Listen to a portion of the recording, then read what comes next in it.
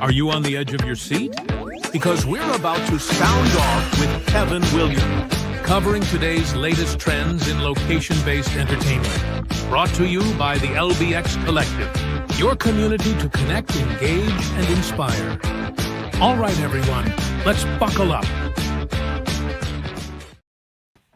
All right. Well, welcome everybody to Sound Off with Kevin Williams. This is firmly implanted into the triple digits, number 101 for December 9th, 2025. Kevin, how you doing, man? I'm doing fine, thank you. How are you doing, Brad?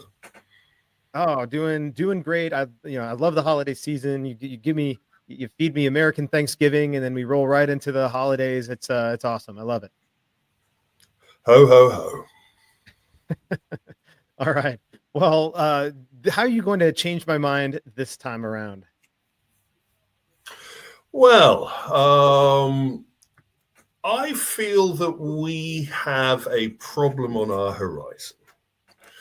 While we were walking around IALPA, it was obvious that new wave crane machines were popular. Even the established names in more traditional crane machines had even pivoted towards trying to embrace the new wave crane machines. And these machines are feeding the plethora of Clawcades that we have out there.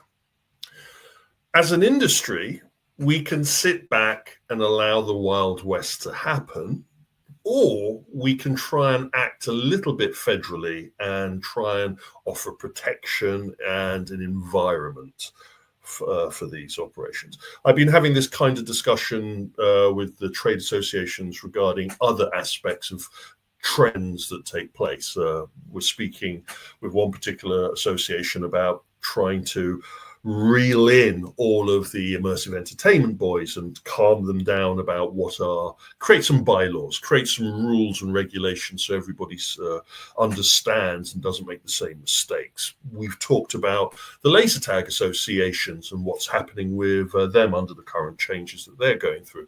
And I'm wondering if the Clawcade industry needs to be welcomed into the tent and embraced towards ensuring that we don't have to suffer a boom bust. My concern is that they'll all open up, they'll all undercut each other, they'll oversaturate the market, and then they'll implode, and their implosion could be detrimental to the rest of us in the amusement and location-based entertainment sector. So my argument is we need to pull these guys into the tent rather than allow them to continue urinating outside of it. Yeah. And is this, so, obviously it sounds like the bigger concern is on oversaturation and then the subsequent collapse versus any potential concerns. And maybe you have those concerns as well, but as far as it relates to this particular change my mind is less about, regulation around, the skill versus luck component of the Clawcade boom. It's more about oversaturation, and are we just going to have so many of these everywhere? So maybe that's question number one, and then question number two is this concern around all of the independent Clawcades we see pop up versus obviously the big bad Genda of the world? I don't want to call it big bad, but like the big 800-pound gorilla Genda of the world that's buying up multiple versions of these Clawcade facilities and other amusement enterprises and chains that are rolling out their own Clawcade brands under the overarching Genda parent. Well, the answer to your two questions is yes. But to get them into a friendly mood, I'm not going to be able to start prodding them to ask about their legality and the entertainment offerings, or else they'll all run away and go and hide. So what we're going to do is we're going to have to give a carrot and stick approach, and we're going to have to encourage them to feel that there's a benefit to avoiding oversaturation and increasing their bottom margin. And once we've got them in the tent, we then have to pull up the hood or the bonnet, depending on your territory, and look at the engine that runs these things. I am very much concerned how much skill is involved, not just at the smaller venues, but the larger venues as well. I am also concerned on the quality of the machines that they've imported from China regarding how they're going to hold up against the rigors of constant operation. The last thing we want to do is see this go the way of the sticker machine, where it was an incredible boom. People made fantastic profits, and then it disappeared in a puff of smoke and pulled down a number of independents. The future will be that 80-pound gorilla in the room buying up the most profitable of these sites. I wouldn't be surprised in 12 months if Open and Shut is full of, and another site has been taken over by a large group, and another site has been taken over. But then I don't think I would be talking about them in Open Shut, because they may be more insidious, that kind of thing. Either way, we haven't seen that happen in the laser tag market. Most laser tag operations are either part of an established facility or chain. There's not that many standalone laser tag operations, and those ones that exist are few and far between and part of a longer aged operation.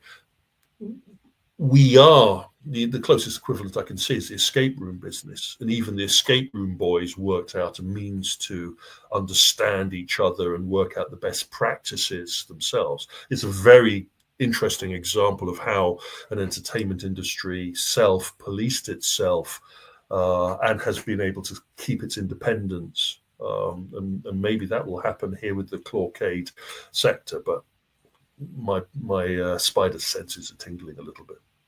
Yeah.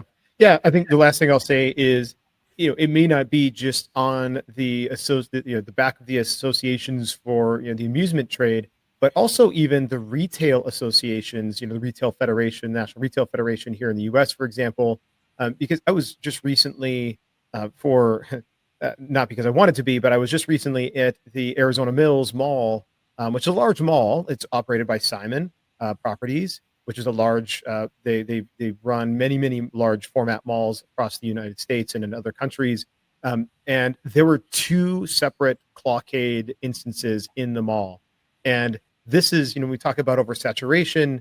This should be something that the mall should not allow, for example, right? Or you should have a stipulation in your lease, if you are going to go into a mall, that you don't have any other competing entertainment specifically related to claws in the in the surrounding area. So it is an issue for the retail federations, the retail associations, to really look at as well, to potentially help police this type of thing, even though they are at cross odds as far as wanting to get more leases. So hey, look, it's not on them necessarily, but I think education, at least for that group of businesses as well, should be aware of this issue.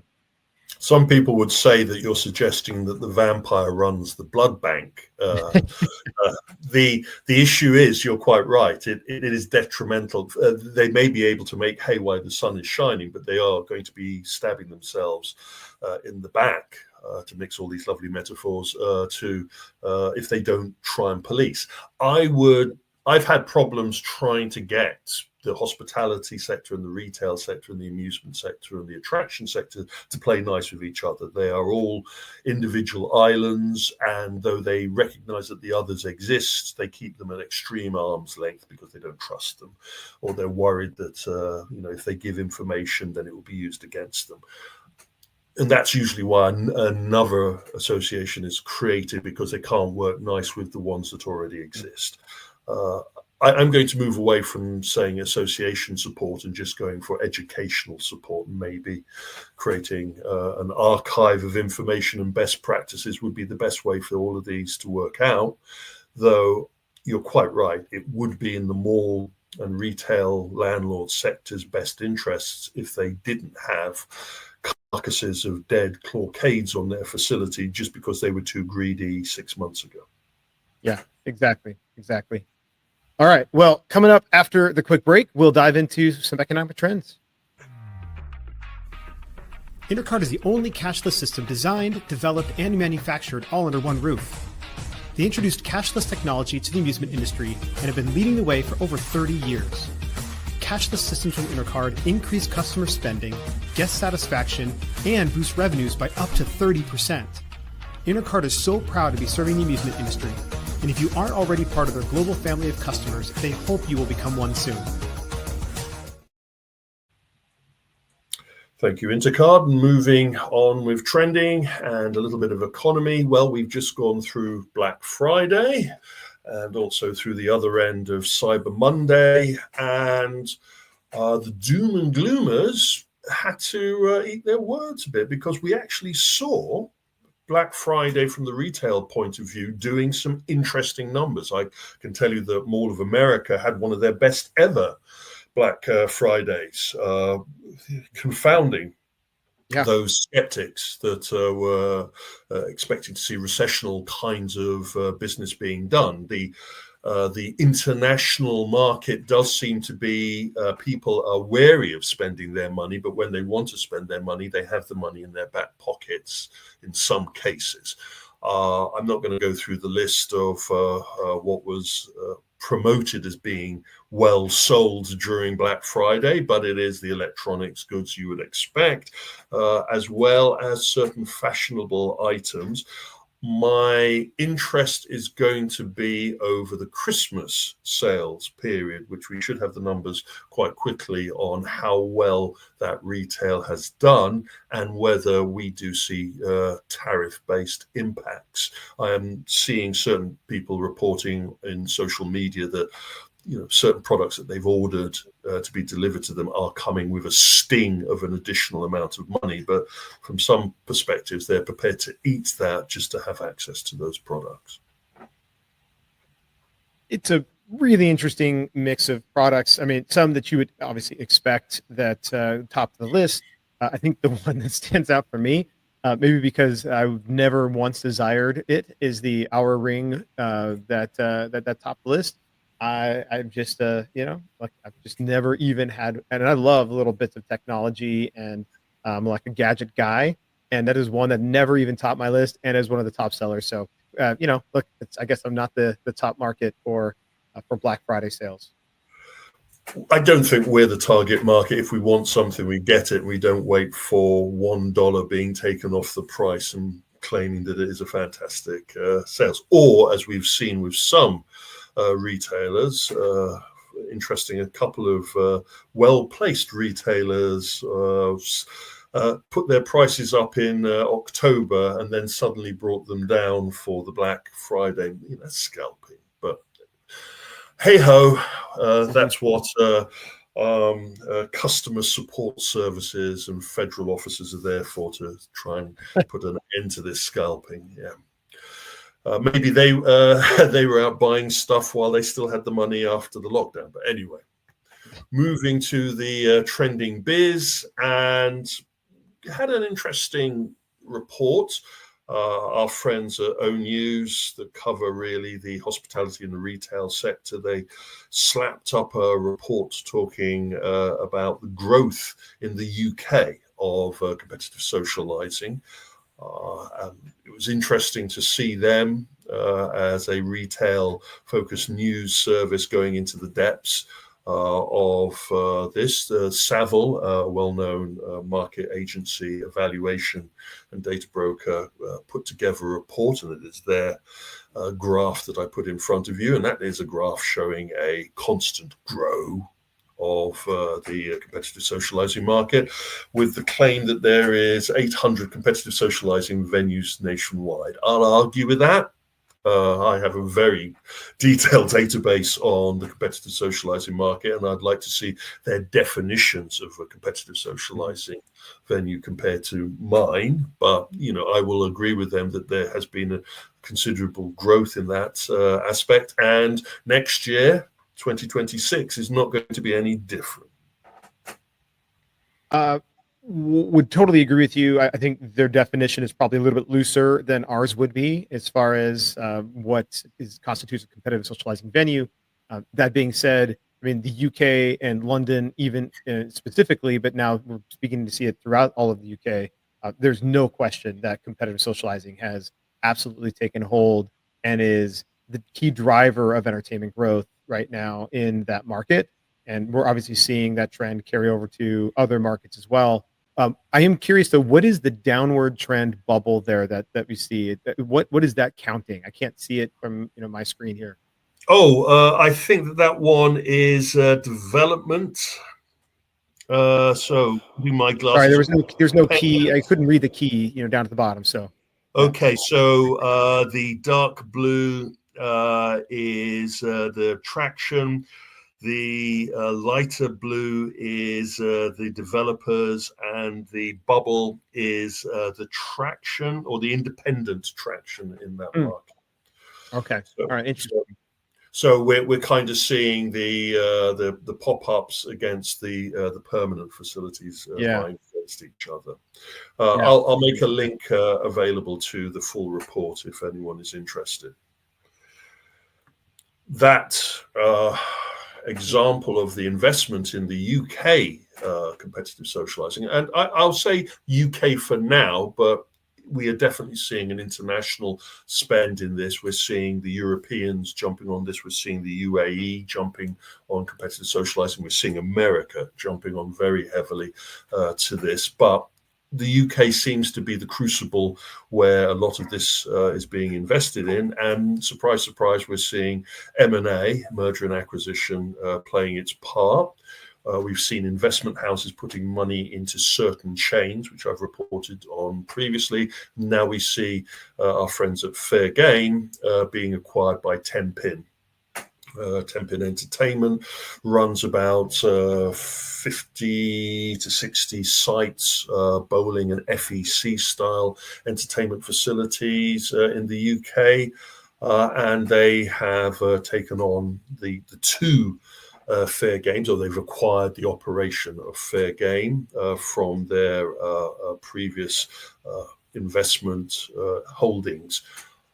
I felt that Fairgame took too long to get the ball rolling regarding rolling out more of their facilities. They've been sitting on their laurels of their first site at Canary Wharf a long time, and then they open up their second site, which I reported on, attending the soft opening of that, and they didn't seem to have learned as many lessons from the first site to warrant that. I think now with Fairgames being under the tutelage of Tenpin, we will see an acceleration in the rollout, and we may even see the Fairgame concept being added as a secondary hospitality entertainment component mix to the Tenpin chain.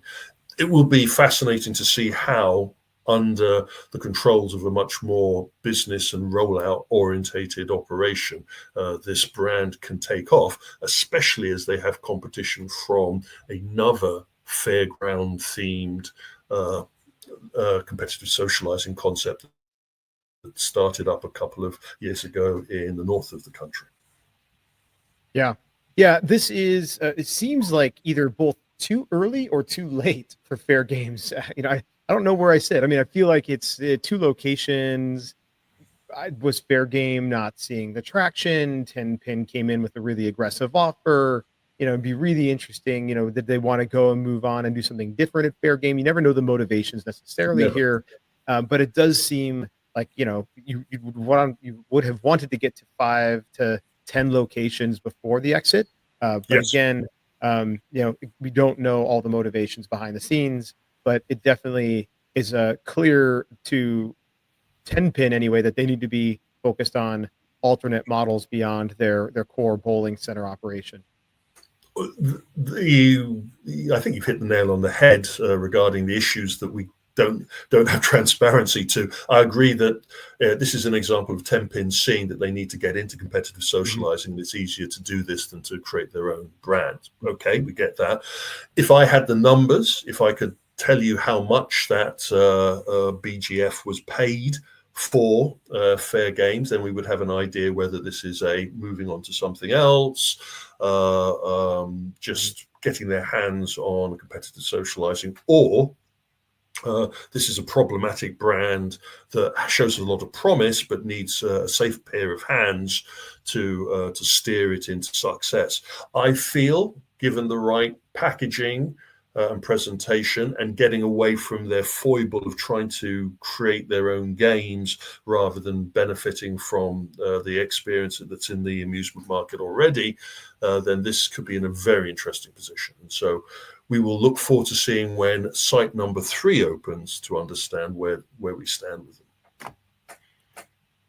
Moving on, again, and indicating the traction and the movement in the competitive socializing as well as the entertainment mix in the UK in a whole.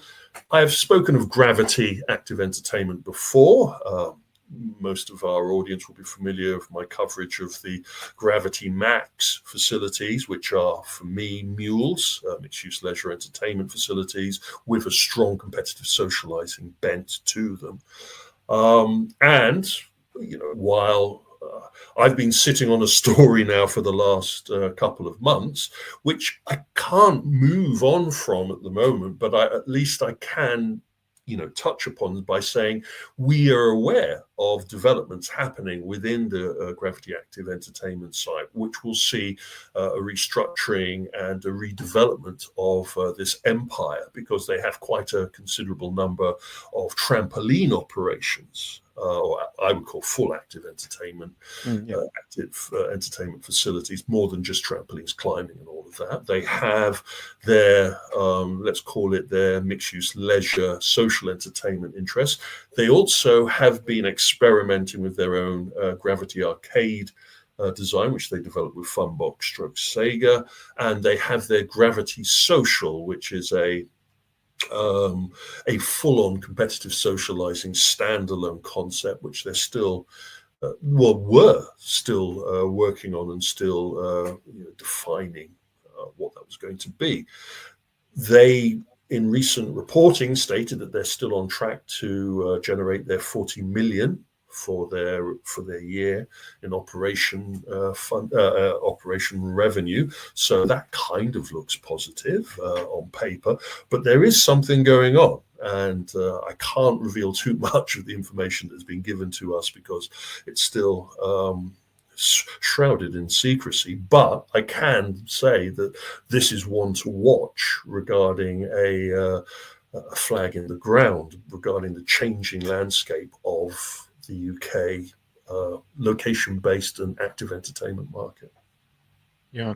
The only thing I'll say here, obviously, because we can't speak too much about what's going on, but I will just make one comment that we've made in the past, and we've actually praised Gravity for this, and I'll do it again just as a quick call out, is that they do a great job with the in separate branding of each of their different types of sites. So we've come across different brands where each location is significantly different in the attraction mix that it has, and yet you wouldn't know that by the name. And so you walk in expecting one thing and seeing something totally different. At least here they've done, Gravity has always done a really great job at branding each of their individual locations with the type of experience you're going to have when you walk in the door. Their branding is on point. Their web and party booking component is functional. And they do seem to have their finger on the pulse of what is needed in the market. Now, how do you expand and grow from that position is really what comes next. So, this is important for us to have this on our radar, and this is what I'm stating in this point. I wish I could go into a little bit more detail of why that little light is blinking on our radar, but we'll be able to do that hopefully in a couple of weeks' time. The UK is about to receive an American visitor. Surprise news for many that our friends at 5 Iron Golf will be opening up, or by the time of this report have opened up, their first of their 5 Iron golf entertainment facilities in the UK. London again gets to see the first of this. 8 simulation bays, full service restaurant. We already have in London, funny, I was just, we have a number in London of golf simulation bays.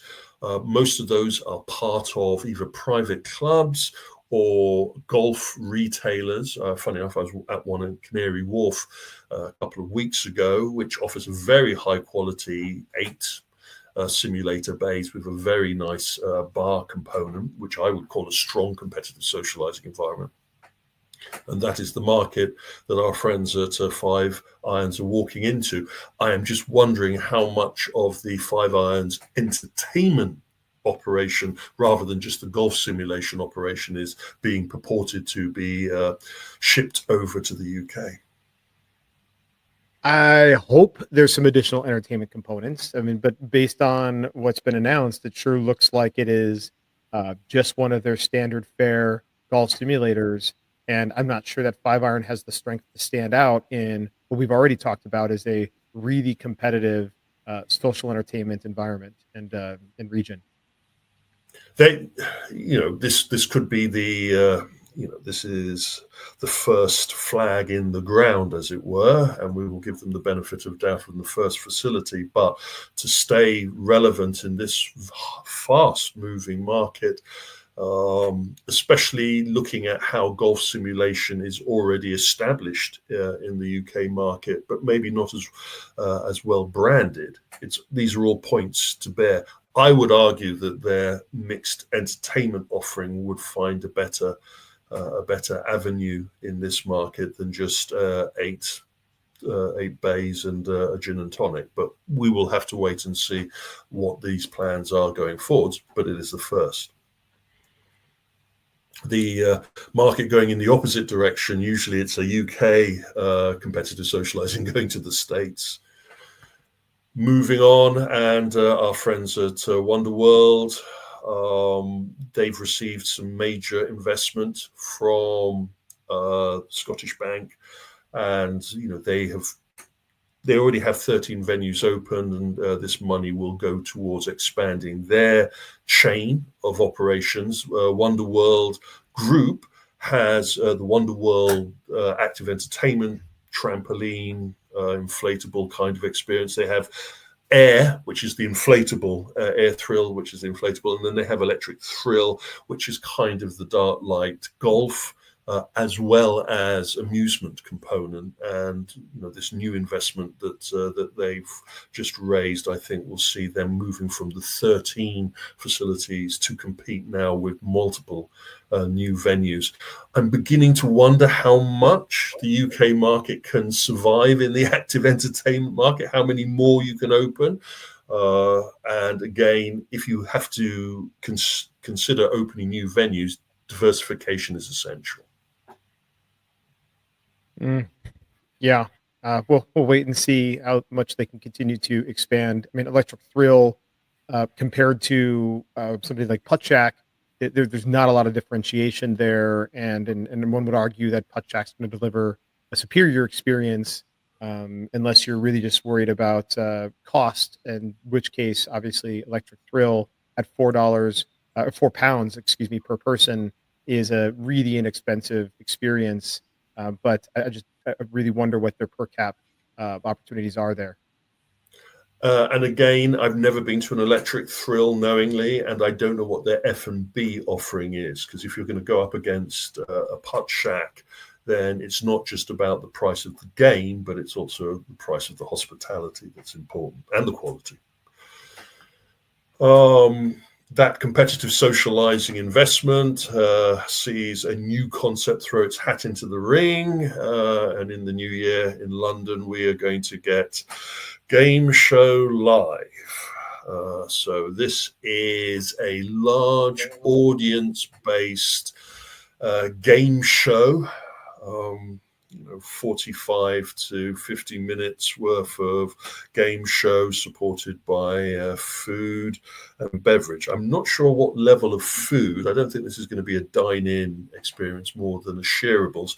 So this isn't Mamma Mia, the party, as it were, but it is going to be a live game show with all of the pods playing against each other.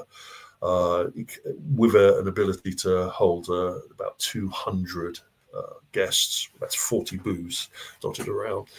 This isn't the first time that this concept has been broached. Excuse me. I know of at least 3 attempts at a live game show kind of approach. We've even seen this done with bingo as the entertainment component. But again, in this febrile market at the moment for everything social entertainment based, this is throwing its hat into the ring, a market which I'm sure 1,000 boxes should have expanded into by now. This is really interesting. I mean, London is the epicenter. I would consider the epicenter in the world for immersive theater at this point, and at least as far as experimentation. And this is a big swing and could be really interesting. Obviously, really carried by the cast members and how well they carry on the act. But very interesting. I look forward to seeing how this does. I mean, they're 90-minute experiences. Snacks, cocktails. Your teams of 4 to 6 getting together to compete to win actual real prizes too, which I think is interesting. Like you can come away with silly things. Yeah, you can come away with silly things, right? They're not amazing prizes, but robot vacuums or air fryers or other things like that. But like, hey, it gives you a real there's some real meat on the bone that you can come away with. So should be interesting to see how this plays out. Done right, this could be a big push. It's interesting to see that they haven't tied themselves to a particular current television or streaming service competition. The closest example I can give you in London to this kind of concept is The Cube, which is based on a game show experience and has been turned into a competitive socializing. So again, we'll have to come up with a new definition for the competitive socializing game show experience. And as I said previously, 1,000 boxes, who funny enough weren't exhibiting at IALPA this year. There was only one game show, quiz game platform, 2.5, but quiz game platforms at the amusement show. It shows that they are a popular platform to parachute in as a supportive brand, maybe not just as a standalone brand. And I alluded to a little bit talking about our IALPA coverage when I was talking about our friends at DOF Robotics, that they had plans to operate their own facility, the same way I was talking about our friends at Triotech, who also have plans to open their own facilities. Well, we've got a little bit more transparency from the team at DOF Robotics. Their concept is going to be called Neoplanet, and they have 2 facilities scheduled to open in Turkey in the coming 12 months, or 13 months to be exact. Time. I think the first facility is Istanbul, though I can't remember if I got that details from them or from a news report. Anyway, Neon Planet, interesting name. It sounds like it's going to be a mix of family entertainment center and active entertainment. More the simulators and the laser tag and those kinds of things. We look forward to seeing how a manufacturer finds itself in the facility operation business. I think that our friends at DOF Robotics will find it an interesting process. Yeah, it will be interesting, right? I mean, we've talked about in past sound offs, we've talked about how a lot of well, not a lot, but like many point of sale providers and manufacturers, like they tend to either come from facilities and then they built their product as a result of like needing something specific for their facility, or they go and they build their facilities in order to test new products. I mean, Lasertron has done this for years and has done it quite successfully. So it would be interesting. I mean, they have announced a pretty strong general manager for their main leadership of this location. He's held major leadership positions at Merlin and various theme parks as well in Turkey. So it will be interesting to see how it plays out. Yeah, I hope to get my hands on a draft of the concept that they've been circulating. Again, we're in communication with the team there, and once we get a better idea of what age group they're going for, because the initial information I had was it was quite a mixed age group and quite young that they were targeting. So it was heading towards the FEC side of the business. It is important to see manufacturers moving in this direction because it kind of generates recurring revenue, and it is the fundamental next step for a manufacturer to then, put their money where their mouth is. Even if they only have one facility as a showroom, it is still a valuable resource to have. Moving on, and we touched upon this in opening and shut, but the Akihabara facility in Tokyo, so important to the history of the Japanese amusement industry, and it was tears and gnashing of teeth when Sega left, and then it was taken over by Genda, and then it was tears and gnashing of teeth when Genda left. And the red cladding was pulled off, and the doom and gloomers were telling us it was the end of the world, and the arcade industry was dead, and bring flowers to the funeral. Well, surprise, surprise, no, it isn't. It was taken over by our friends at Silk Hat, who have changed the livery of the building now from the iconic dark orange, red, and then light blue agenda to now a white and red outlay. It's, from the pictures I've seen, the videos of the walk around, nothing really has changed other than some machines have been replaced and the floor has been cleaned, and some of the cigarette stains have been taken away. Again, as we touched upon in previous reports, this does feel a little bit like a change in ownership of the building, and maybe a change in attitude towards what type of entertainment they had. But from looking at the opening of the Silk Hat Akihabara facility, it's more of the same, just different cladding. Yeah, will be interesting to see how it does in this particular location. I'm feeling it will do very well. I feel so. All right. Well, coming up after the quick break, we will keep digging in, whatever we want to say, into the trends. Power up your game floor with Arcades by Alan One.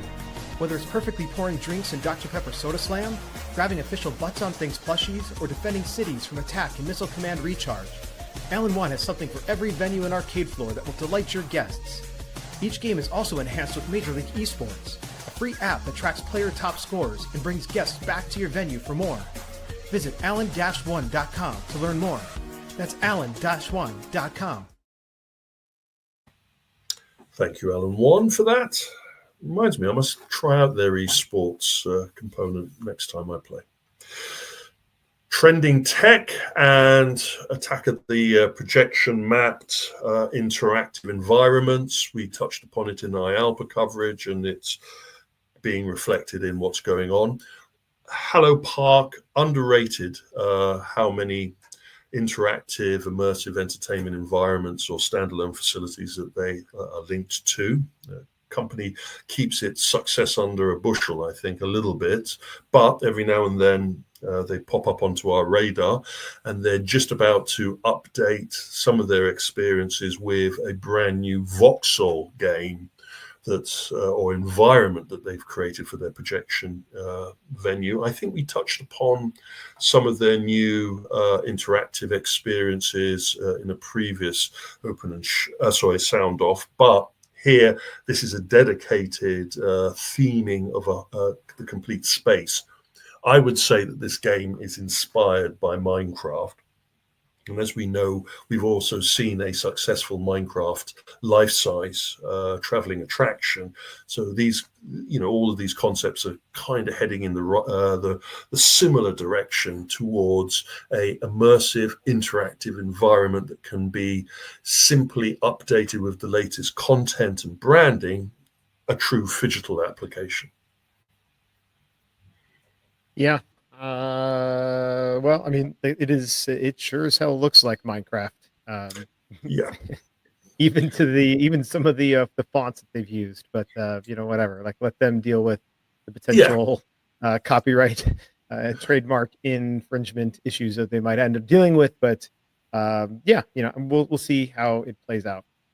if you cover up the Vauxhall and threw that poster at me for a couple of seconds, as my brain automatically did when I was collecting the research for this, look and feel did go in that direction. But I'm sure their legal team has made sure. Funny enough, there was a game at the IALPA that was also giving off incredible Minecraft vibes, developed by a Chinese company and being distributed by Bandai Namco, and that game also sort of gave me that. I wonder how closely they had to protect themselves, because we do know that our friends at Microsoft are a little bit litigious at times. Continuing the gamification, the active play, and pulling the player into the digital environment, and Paleo now has had their first US operation for their current chain or current range of interactive active systems. They have a trampoline multiplayer experience, the Paleo Arena, and they also have smaller versions of their systems, mainly being focused on the European market now that they have US representation. They've jumped into their first installation with our friends at Fun Sport. And Fun Spot, I think, is going to be rolling this. They have their first facility open, and they're going to be rolling this interactive trampoline attraction across their sites based upon the initial testing. But again, this is one to watch. I kind of would put them in the same camp as our friends at Velo Motion, but the Paleo version is a little bit on the larger side of application, and it is utilizing existing trampoline equipment, being given the gamification treatment.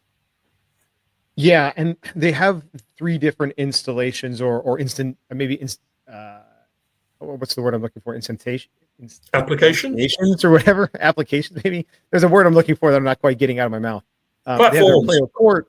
They have their Pleo Court, which is which you've got showcased here, but they also have the Pleo Tower, which is a smaller footprint format, which actually is like allowing 4 players to play at a time.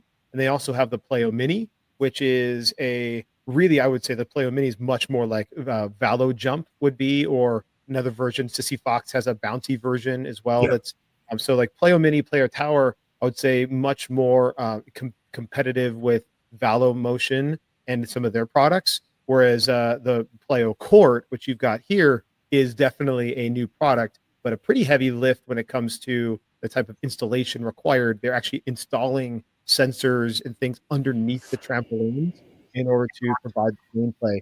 But pretty interesting approach to gamifying the trampoline experience.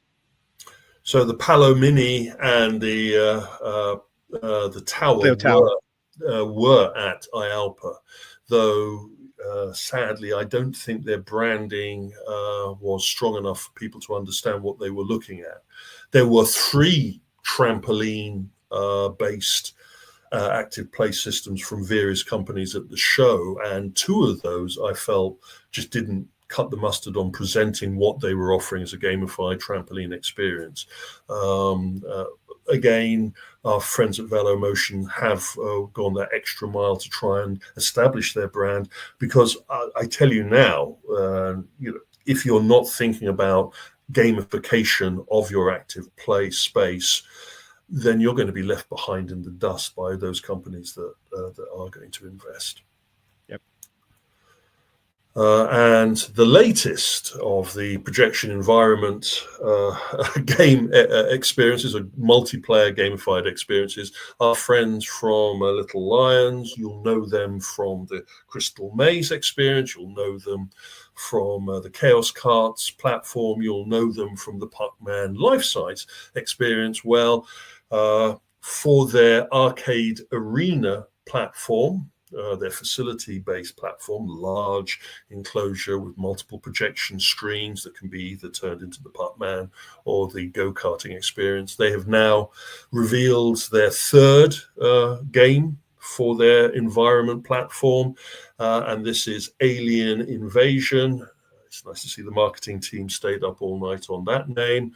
And the issue here is it is a gun-based alien swarm environment that uses all of the walls and surfaces of the projection environment to supply the game facility, the game experience. This is an important one. Many of us have been playing around over the years doing this kind of thing.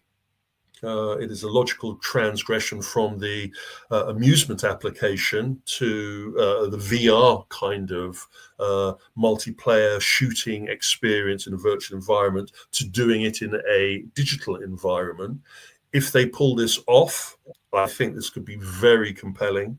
And this could be a very strong leader for the opening of their first London location. Again, we'll have to wait until the new year for that. And as soon as the doors are thrown open and they allow me past the security, I'll give you a report on that. Yeah. Yeah. I mean, I think the really key thing here too, besides that, obviously the new gameplay that they're introducing with using their projection mapping arenas, is the fact that they're launching this arcade arena concept, which is really the collection of all three of their different experiences: their karting experience, their this new alien invasion experience, as well as the Pac-Man Live experience. So I think bringing them all together is probably a good move. I mean, we've talked about the viability of these as standalone attractions, or through them trying to do Pac-Man Live sometimes, and then the karting experience other times, but bringing them into the same space, really branding the location as a separate brand, and then having the games be the attractions inside the location, I think is a good move. I do feel bad for our friend Matt, who runs who has the company Arcade Arena, which is the immersive enclosure platforms that is the exact same name here in the U.S. and obviously is an attraction and not a location. But I do there's definitely direct crossover as far as the naming is concerned.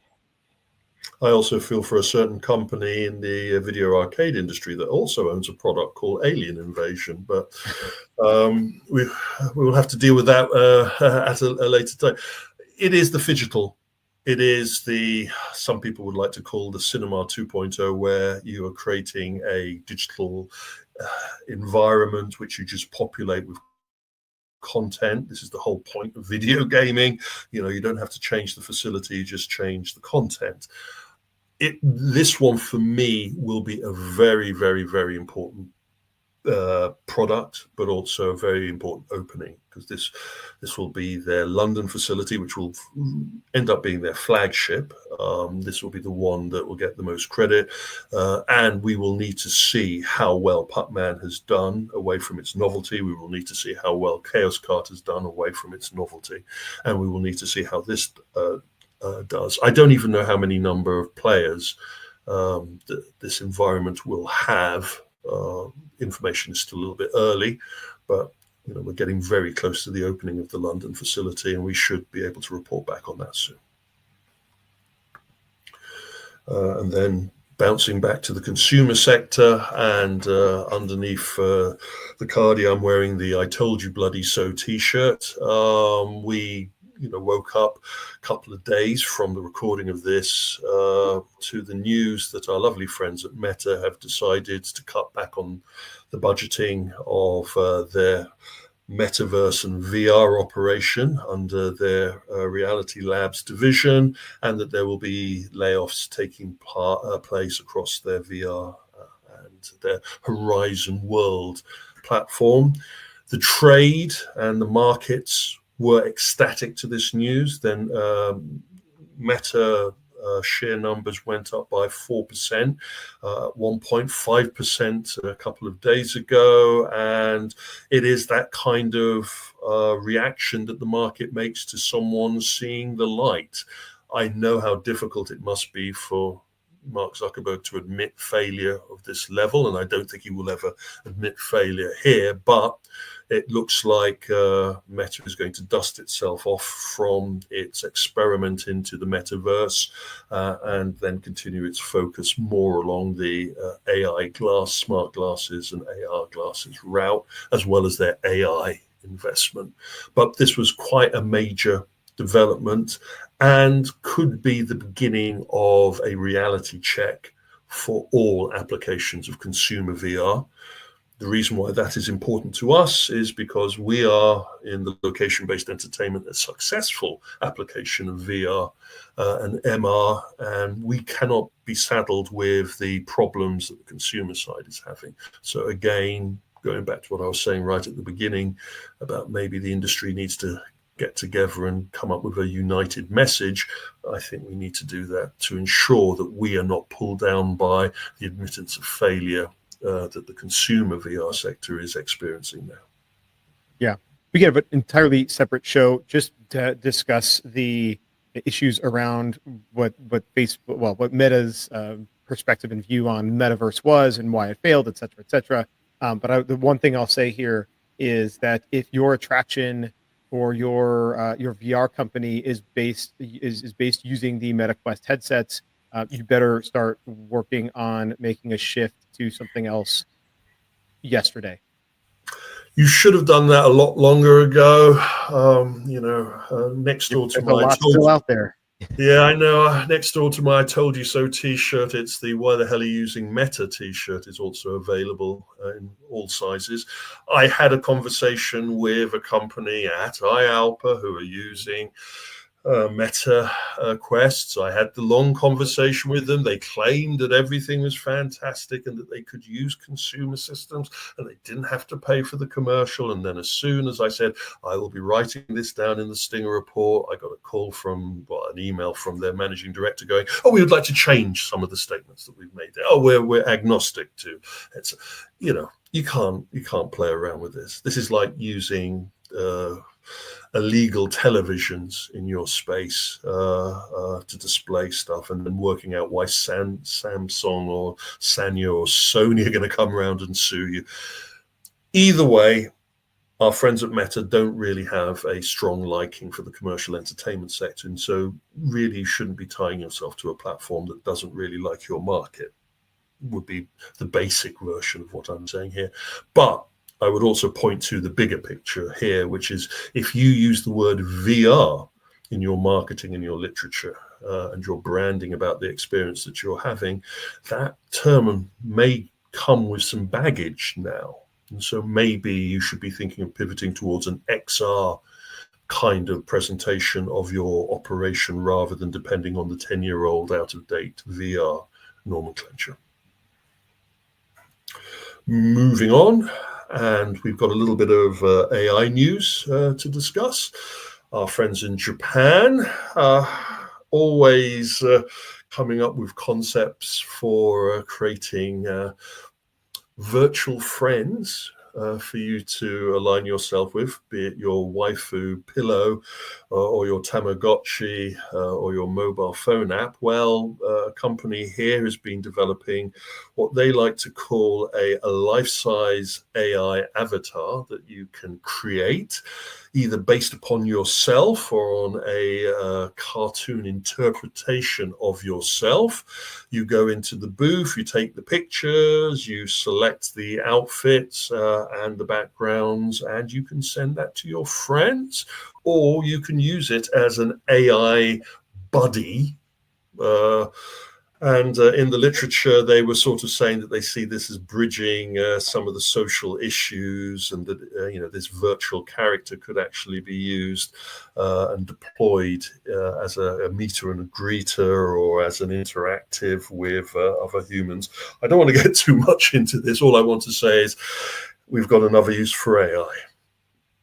Yeah, I mean, this is one that I absolutely expect will evolve over time. It's a great use case for it in about a year. It's not quite ready yet. And so I think if you were to try to put this into your facility, you're going to run into some potential issues, but it will get better. And I do think that this will be used to augment the overall guest experience and customer support experience inside facilities. There's no question about it.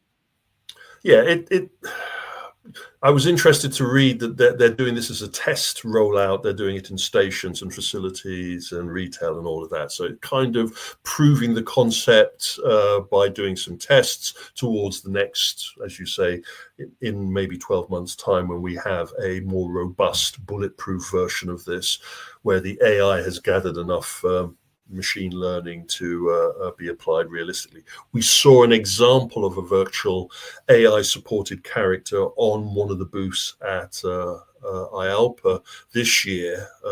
I can follow back a couple of years to some interpretations of digital mascots where people had to wear bodysuits, and the character on screen was anthropomorphized, if I can say that correctly. But we're heading there. It will be a thing. You can't hide from it. To conclude, I alluded to this at the 100th, and I thought for those of you who are still awake, I would make sure that the rest of you are going to be snoring in a couple of minutes' time. But I wanted to share with you a brain worm, shall we say. Welcome to the patented immersive entertainment torus. I talk about my Venn diagrams of how certain industries intersect, and I have a very simplistic Venn diagram that covers certain aspects of our industry and how certain brands and companies fits into that. But, with too much time on my hands and a transatlantic flight, I thought I'd go the whole hog and try and create as clear a torus of all of the intersecting aspects of our industry and how they play a part with some of our leading brands and up-and-coming brands. Of course, it includes the theme parks, and of course it includes the resorts and the LBs and the amusements. It doesn't include everything. You could get into the minutiae here of breaking down the restaurants from the bars for the hospitality side, and you could go into a much more detail about how gaming impacts that, the gambling gaming aspects. But just so you understand really where I'm coming when I'm talking about a Venn diagram intersection, and this torus is a mess.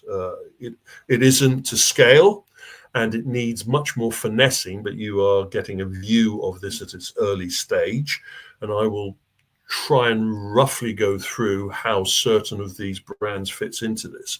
So if we jump in with our friends at Chuck E. Cheese, you see that they touch the amusement and the FEC side. You see that they have an interest in the hospitality side. They offer food. They're heading towards LBE. And you could have added another line to this torus of active entertainment or physicality towards how they're heading. But if you could move them around, you can kind of see that where you intersect with various industries or sectors of our market, then you can see how you could change the design of your facility. And it is moving that around the torus that has led the team at CEC to think about creating Chuck E. Cheese's active world, adventure world concept as they head more towards a resort or physical entertainment side rather than an amusement and LBE side. Add to that our friends at Geico. If it was Gender there, then they would be smack in the middle, because they want to take over the world. No, I'm sorry. They want to have as much domination within this market as possible.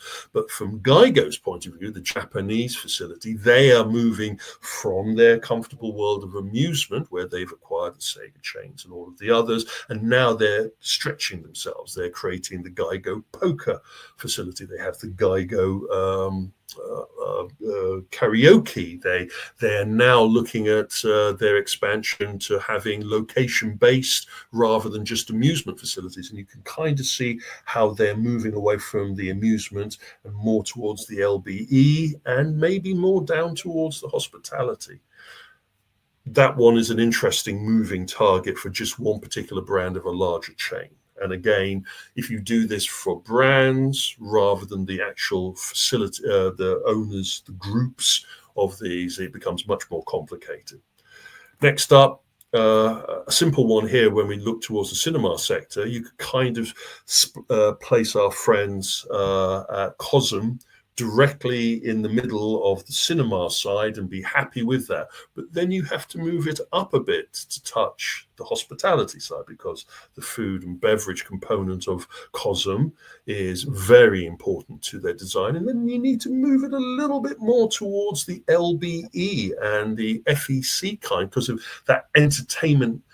While it may not be at this point in time interactive, you can see by the representation that COSM is giving us that it is much more immersive entertainment than it is just pure cinema. Then we drop in Dave & Buster's, and Dave & Buster's on its own, away from its main event component, is clearly a FEC that falls into the hospitality sector. They use entertainment in their marketing and promotion, but you can see by moving that in certain directions the way that the Dave & Buster's becomes either a little bit more like a competitive socializing environment, or it becomes a little bit more like a sports bar if you nudge it in the hospitality direction, or if you pull it down a little bit into the amusement and FEC, then you increase the gamification, the entertainment. You move away from the amusement and you start to look at putting in attractions into its standalones. It's fascinating if you start to move these around, the thought processes, the thought experiments that are generated. Anyway, winding down, and of course the brand new entrants are friends with Netflix House. They have picked their cloth quite clearly through their pop-ups that they have developed previously. So they have landed softly in the FEC and hospitality sector, but they are being pulled by the LBE sector as they look towards more location-based style attractions within their space. And you could also say that they're being pulled down by the cinema sector, because each one of these Netflix houses has its own cinema component next door to its food and beverage, next door to its attractions. It is an interesting monster there that is trying to be sucked down various avenues by the whirlpool. And then finally, we have Area 15. It is a microcosm of many different types of entertainment. So it's hard to say, is an Area 15, it's some of its Omega Mart, or is it the sum of its retro arcade, or is it the sum of the VR, or is it the sum of the immersive attractions it has? I'm just interested looking at how one branded venue touches so many aspects of this sector. That Omega Mart falls into the gallery argument as well as the attractions argument. It falls clearly into the cinema side. It falls clearly into the hospitality. It falls clearly into FEC, amusement. You could say that the new Area 15 that's opening, or the expansion to the Area 15 that's opening in Las Vegas, really is too big a monster to plump directly into this Venn diagram comfortably without breaking it into its constituent components. But again, it gives our audience an example of where that cluster is starting to form regarding our sector. And, if I placed upon this torus a larger group of companies and scaled it down and focused more on the brands, you would be surprised at the elliptical pattern leading from the LBE all the way down to the hospitality is forming. And you would also be fascinated to see how that is moving more towards maybe gallery and attractions, and how obvious our future with a relationship in the gaming industry is. But again, I wanted to share that with you just so you can understand the red string problems that I have to deal with evaluating this sector. Yeah. I think this is super interesting, and I'm glad that this will be continue to evolve a little bit. There's some things that for us to probably have additional conversations. I think the placement of these is pretty good. I would agree with you that almost Area 15 should be up and to the left a little bit, more like right smack dab in that center where it really is more firmly planted in the gallery and attractions ellipses, as well as then, a little bit more into LBE than it is currently as well. But yeah, this is super interesting to see where some of these brands are and where they may need to be as they evolve as brands as well. This is not a static chart. The size of these elliptices will change as they become more and more important. Some of them will actually disappear. For all we know, amusement may vanish and be superseded by LBE and FEC. The other aspect is that all of these are moving targets. As our friends at Genda know, they have to evolve their Geigo brand, and so it has to become more trendy. There is you could really get into the weeds if you put on top of this public popularity for these various aspects on top of what these entertainments are. As we know, the cinema sector is going through great permeations at the moment regarding its box office and how it evolves, and maybe in a couple of months or years' time, the phrase cinema will be replaced by cinetainment. As you know, that we talk a lot about. And I also feel that location-based entertainment doesn't really describe what it offers correctly. I use the phrase mule. I would be happy to replace amusement with mule and maybe come up with a different term for what happens in the arcade sector. But again, I'm interested to hear everyone's opinion on this, and maybe we could come up with a unifying concept to rule them all.